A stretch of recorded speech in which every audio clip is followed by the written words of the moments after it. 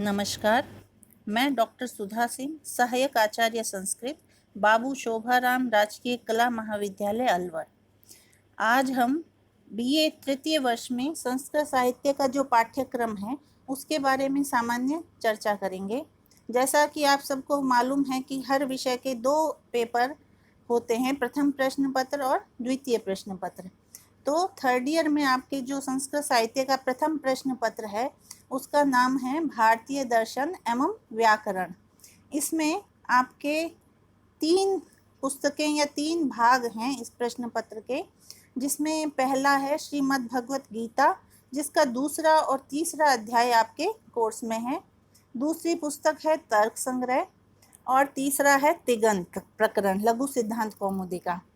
तो जैसा कि इसके प्रश्न पत्र के नाम से ही हमें विदित हो रहा है कि भारतीय दर्शन एवं व्याकरण, तो गीता और तर्क संग्रह दोनों पुस्तकें भारतीय दर्शन से संबंधित पुस्तकें हो गई, और जो तिगंत प्रकरण है आपके लघु सिद्धांत कौमुदी से लिया गया वो आपके व्याकरण का हिस्सा हो गया। तो मद् भगवत गीता के बारे में आप सब जानते ही हैं कि ये महाभारत का एक अंश है, जिसमें गीता में सांख्य और योग, वैसे तो गीता में ऐसा कोई विषय नहीं है जो उसमें वर्णित न हो, लेकिन मुख्यतः गीता में सांख्य और योग दर्शन का विवेचन हुआ है। और दूसरी पुस्तक जो तर्क संग्रह है वो न्याय और वैशेषिक दर्शन का एक प्रकरण ग्रंथ है। ये दोनों आपके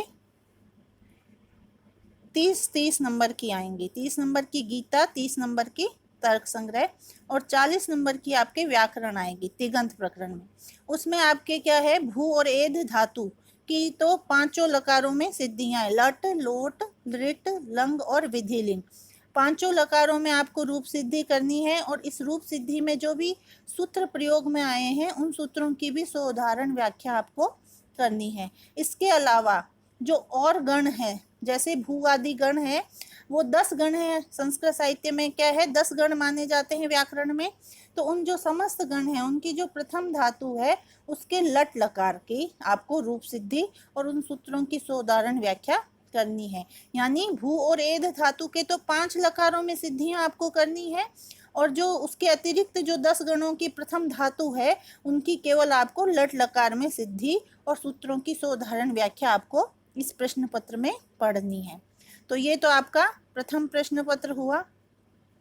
द्वितीय प्रश्न पत्र है आपका काव्य, धर्मशास्त्र एवं निबंध। काव्य में आपके इसमें आया है रघुवंश। रामायण और महाभारत भी काव्य ही माने जाते हैं, 8 महाकाव्य हैं, और उनको धर्मशास्त्र में अगर हम गिने तो वो धर्मशास्त्र में भी आ जाते हैं। इसके अलावा आपके इसमें निबंध है। तो ये नाम है द्वितीय प्रश्न पत्र का, काव्य, धर्मशास्त्र एवं निबंध। तो इसमें हम देखते हैं आपके कौन कौन सी पुस्तकें लगी हुई है। पहली पुस्तक आपके लगी हुई है रघुवंशम का 6ठा सर्ग। तो उसमें मुख्यतः इंदुमती स्वयंवर का वर्णन किया हुआ है। रघुवंश आपको पता ही है कि कालिदास द्वारा विरचित एक महाकाव्य है। तो उस महाकाव्य में वैसे 19 सर्ग हैं, लेकिन आपके पाठ्यक्रम में 6ठा सर्ग लगा हुआ है।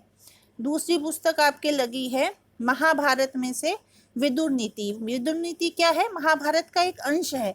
महाभारत के जो उद्योग पर्व हैं उसमें एक अंश में विदुर नीति है। उसका आपका केवल 34वां अध्याय आपके कोर्स में पाठ्यक्रम में लगाया गया है। इसके पश्चात रामायण, वाल्मीकि कृत रामायण, उसका जो बाल कांड है उसका प्रथम सर्ग आपके कोर्स में लगाया गया है। तो रामायण और महाभारत दोनों 8 महाकाव्य हैं, जो वैदिक और लौकिक जो संस्कृत साहित्य उसके बीच की कड़ी रामायण और महाभारत कहलाए। तो इन दोनों में से आपके बालकांड लगा दिया रामायण में से, और महाभारत में से विदुर नीति आपके पाठ्यक्रम में लगाई गई है। इसके पश्चात जैसे कि पहले आपके इंद्र विजय लगा हुआ था, लेकिन जैसे कि आपको दिख रहा होगा कि इंद्र विजय को काट करके पंचतंत्र अपरीक्षित कारक आपके लगा दिया गया है। पंचतंत्र विष्णु शर्मा विरचित पंचतंत्र है, नीति परक साहित्य है। उसमें से जो पंचतंत्र का एक हिस्सा है, एक भाग है अपरीक्षित कारक, वो आपके कोर्स में लगाया गया है। इसके अतिरिक्त निबंध हैं आपके, संस्कृत भाषा में लिखने के लिए निबंध आएंगे। और इसके पश्चात कारक प्रकरण। कारक प्रकरण में आपको निर्धारित सूत्रों की व्याख्या करनी होगी और जो वाक्य में विभक्ति का प्रयोग है वो किस सूत्र के कारण उस विभक्ति का प्रयोग हुआ है वो आपको बतलाना होगा। तो इस प्रकार से ये किताबें आपके पाठ्यक्रम में, द्वितीय प्रश्न पत्र के पाठ्यक्रम में लगाई गई है, जिसमें से रघुवंश आपके 20 नंबर का है, विदुर नीति 15 नंबर की, रामायण का जो बालकांड है वो 20 अंक का, पंचतंत्र का अपरीक्षित कारक भी 20 अंक का, निबंध 15 नंबर का आएगा और 10 नंबर के आपके कारक प्रकरण। तो ये तो हुआ आपका पाठ्यक्रम, प्रथम प्रश्न पत्र और द्वितीय प्रश्न पत्र का सामान्य पाठ्यक्रम। अब हम इनमें से सर्वप्रथम प्रथम प्रश्न पत्र में से श्रीमद् भगवत गीता, जो प्रथम 1 नंबर पे जिसका उल्लेख हुआ है, श्रीमद् भगवत गीता, उसी पुस्तक का प्रारंभ करेंगे। मद् भगवत गीता का दूसरा और तीसरा अध्याय आपके कोर्स में है। मद् भगवत गीता जैसे द्वितीय प्रश्न पत्र में जो विदुर नीति है वो भी क्या है, महाभारत का एक अंश है, वैसे ही मद् भगवत गीता भी क्या है, महाभारत का एक अंश है। ये इसकी विशेषता क्या है भगवत गीता की, आज थोड़ी सी इसकी सामान्य चर्चा कर लेते हैं भगवत गीता की कि क्या है इसकी विशेषता क्या है। तो कह रहे हैं कि भगवत गीता की विशेषता का पता इसी से चलता है कि अन्य धर्मावलंबी भी इसे धर्म के संकुचित दायरे से ऊपर पाते हैं, यानी ये सभी धर्मावलंबी इसका आदर करते हैं। इसमें जो भी सिखाया गया है, जो ज्ञान दिया गया है, वो किसी धर्म की सीमाओं में बंधा हुआ नहीं है, इसलिए ये धर्म के संकुचित जो दायरा, वैसे धर्म का दायरा कभी भी संकुचित नहीं होता, मनुष्य खुद उसको संकुचित, अपने स्वार्थ के वश उसको संकुचित बना देता है। तो ये जो गीता का विषय वस्तु है, गीता की जो विषय वस्तु है, वो धर्म के संकुचित दायरे में नहीं आती है, वो उससे ऊपर उठी हुई है। वो मानव के कर्तव्य के बारे में उसे सिखाती है, जीवन किस तरह से जीना चाहिए इस बारे में मनुष्य को सिखाती है।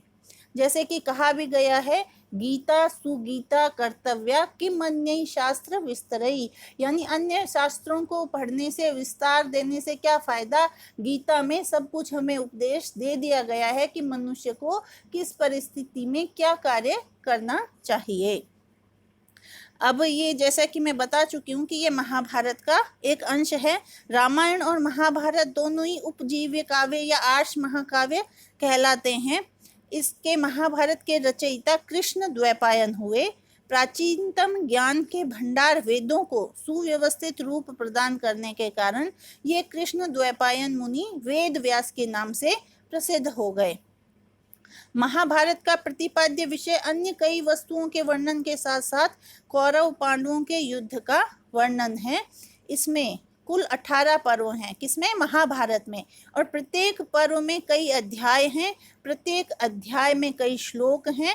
तो उसमें से ये 18 पर्व हैं। 18 पर्व कौन कौन से हैं महाभारत के? आदि पर्व, सभा पर्व, वन पर्व, विराट पर्व, उद्योग पर्व, भीष्म पर्व, द्रोण पर्व, कर्ण पर्व, शल्य पर्व, सौप्तिक पर्व, स्त्री पर्व, शांति पर्व, अनुशासन पर्व, अश्वमेध पर्व, आश्रमवासी पर्व, मौसल पर्व, महाप्रस्थानिक पर्व और स्वर्गारोहण पर्व। तो ये महाभारत के 18 पर्व हैं। इसी का एक अंश है गीता। गीता का शब्दार्थ क्या है? गाई हुई या कही हुई। राज्य प्राप्ति के लिए कौरवों व पांडवों में अवश्यम भावी युद्ध प्रारंभ होने वाला था। दोनों ओर की सेनाएं तैयार थी। कुरुक्षेत्र में होने वाले महाभारत के इस युद्ध में दोनों पक्षों की व्यूह रचना हो चुकी थी। दोनों ओर के सेनापति अपनी अपनी व्यवस्थाओं से आश्वस्त थे और वो युद्ध के प्रारंभ होने का इंतजार कर रहे थे। इस भीषण समय में, इस भीषण घड़ी में पांडव पुत्र अर्जुन ने श्री कृष्ण से कहा, जो कि उनके सारथी बने हुए थे, कि आप मेरे रथ को जरा दोनों सेनाओं के मध्य ले चलिए, ताकि मैं ये देख लूं कि इस भयंकर युद्ध में कौन हमसे लड़ने को आए हुए हैं। श्री कृष्ण ने वैसा ही किया। वो रथ को दोनों सेनाओं के मध्य में लाकर खड़ा कर दिया। उन्होंने दोनों सेनाओं के मध्य में रथ को लाकर खड़ा कर दिया। जब अर्जुन ने दोनों तरफ देखा तो उसे दोनों तरफ उसे अपने भाई बंधु ही दिखाई दिए। उसने कहा, जैसे ही उसने देखा कि दोनों तरफ भाई बंधु हैं तो उसका हृदय सन्न रह गया और उसका हृदय करुणा से द्रवित होने लगा। उसने कहा कि मुझे ऐसे राज्य की कोई प्राप्ति की लालसा नहीं है जिसमें मैं अपने भाई बंधुओं को मार करके जिस राज्य को प्राप्त करूं। इससे तो मैं संन्यास ले लूंगा, मैं युद्ध नहीं करूंगा। वो कहते हैं श्री कृष्ण से कि हे श्री कृष्ण, युद्ध में स्वजनों को मारने से अपना कल्याण नहीं होगा। मुझे राज्य, भोग या जीवन कुछ नहीं चाहिए। मुझे किसी की कामना नहीं है। वे बंधु बांधव तो यहाँ अपने प्राणों का मोह छोड़कर लड़ने के लिए प्रस्तुत है, लेकिन मैं इनको मारकर त्रिलोकी का भी राज्य नहीं लेना चाहता। तो इस प्रकार जब अर्जुन एकदम दीनतापूर्ण वचन कहने लगे तो श्री कृष्ण ने उसे जो उपदेश दिया या ज्ञान दिया वही श्रीमद् भगवत गीता है। जैसे महाभारत में 18 पर्व हैं, वैसे ही गीता में भी 18 अध्याय हैं। आपके पाठ्यक्रम में दूसरा और तीसरा अध्याय लगा हुआ है। दूसरा अध्याय है सांख्य योग और तीसरे अध्याय का नाम है कर्म योग। गीता संवाद शैली में लिखी गई है। इसे हम प्रश्नोत्तर शैली भी कह सकते हैं। इसके प्रमुख वक्ता संजय है, जो धृतराष्ट्र को कौरव पांडवों के मध्य होने वाले युद्ध का विवरण सुनाते हैं।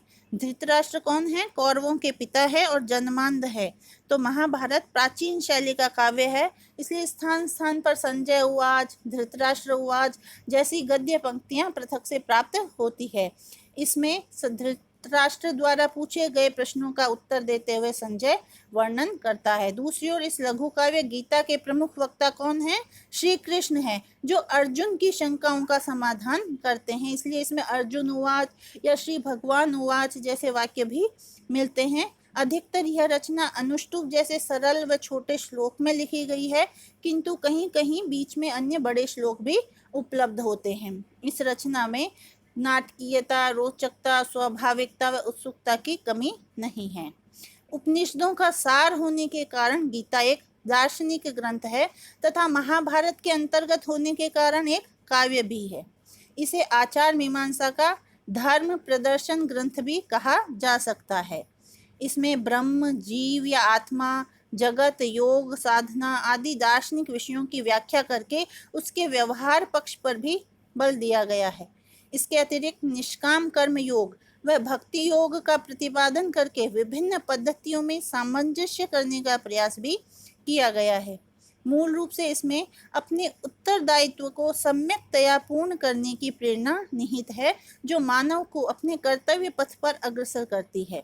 गीता कहती है कि चाहे कर्तव्य पथ में कितनी ही अड़चनें आए, कितनी ही परेशानियां आए, हमें उनसे घबराना नहीं चाहिए और डट कर उनका सामना करते हुए अपने कर्तव्य पथ पर अग्रसर रहना चाहिए। क्योंकि मनुष्य के हाथ में क्या है? केवल कर्म करना हाथ में है। फल की चिंता नहीं करनी चाहिए, क्योंकि फल तो ईश्वर देने वाला है। यद्यपि इसमें कर्म, ज्ञान और भक्ति योग का विवेचन किया गया है, तथापि गीता का मुख्य प्रतिपाद्य विषय कर्म योग है, जैसा कि लोकमान्य बाल गंगाधर तिलक ने स्वीकार किया है। वास्तव में गीता का ज्ञान युग युगीन ज्ञान है, जो शाश्वत, सार्वदेशिक व सार्वकालिक है। महाभारत के युद्ध क्षेत्र में जब अर्जुन को मोह हुआ, तब तत्काल श्री कृष्ण ने उसे समझाना प्रारंभ किया।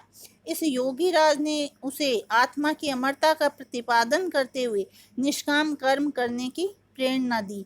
यानी मनुष्य को अपनी मृत्यु का भय न देखते हुए भी हमेशा कर्तव्य पथ पर अग्रसर रहना चाहिए।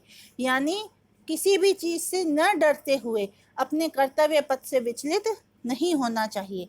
उन्होंने अर्जुन के हृदय में यह तथ्य भली भांति बैठा दिया कि इस धर्म सम्मत युद्ध को करना ही उसका एकमात्र कर्तव्य है। इससे अर्जुन की समस्त शंकाएं दूर हो गई और उसका मोह भंग हुआ तथा वह विगत ज्वर होकर युद्ध के लिए कटिबद्ध हुआ। यही उपदेश आज के युवाओं के लिए भी प्रासंगिक है कि हमें किसी भी फल की चिंता किए बगैर हमेशा अपने कर्तव्य पथ पर ही आरूढ़ रहना चाहिए। चाहे कितनी भी परेशानियां आए, हमें उनसे घबराना नहीं चाहिए। निष्कर्मण्यता को कभी भी नहीं अपनाना चाहिए। निष्कर्मण्य होना चाहिए, अकर्मण्य नहीं होना चाहिए। तो अकर्मण्य नहीं होते हुए निष्कर्मण्य होना चाहिए, यानी जहाँ फल की चिंता नहीं हो, इस प्रकार से हमें कर्म करना चाहिए। अगले वीडियो में हम श्रीमद् भगवत गीता के द्वितीय अध्याय का प्रारंभ करेंगे। धन्यवाद।